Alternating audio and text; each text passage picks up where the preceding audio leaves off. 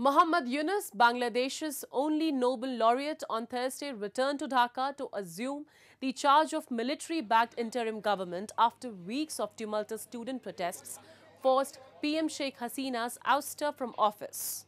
Yunus, who was charged by the past government over corruption charges, is a harsh critic of Hasina and was recommended for the job by the protest leaders.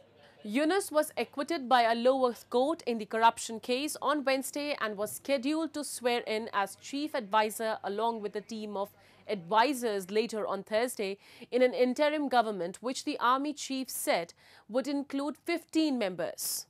Earlier this week, the army chief had said that the interim government will oversee the election for a new government. Notably, Hasina's Awami League party was not involved in an all-party discussions led by the army chief after Hasina fled to India. However, Hasina's son Sajib Wazid has said the party has not given up and was ready to hold talks with opponents and the administration. I had said my family will no longer be involved in politics, but in such situation where our grassroots workers and leaders are being attacked, we cannot let it go, he said in a Facebook post.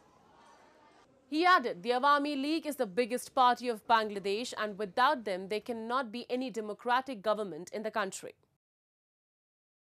Awami League হচ্ছে বাংলাদেশের সবথেকে পুরাতন গণতান্ত্রিক এবং সবথেকে বড় দল। আওয়ামী লীগ কিন্তু মরে যায়নি। আওয়ামী লীগ এই দেশকে বাংলাদেশকে স্বাধীন করেছে। আওয়ামী লীগকে শেষ করা সম্ভব না।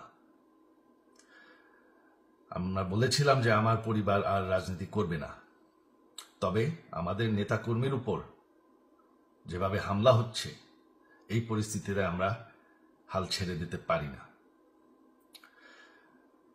বাংলাদেশে যদি গণতন্ত্র নতুন বাংলাদেশ গড়ে তুলতে হয়, আওয়ামী লীগ ছাড়া সম্ভব না।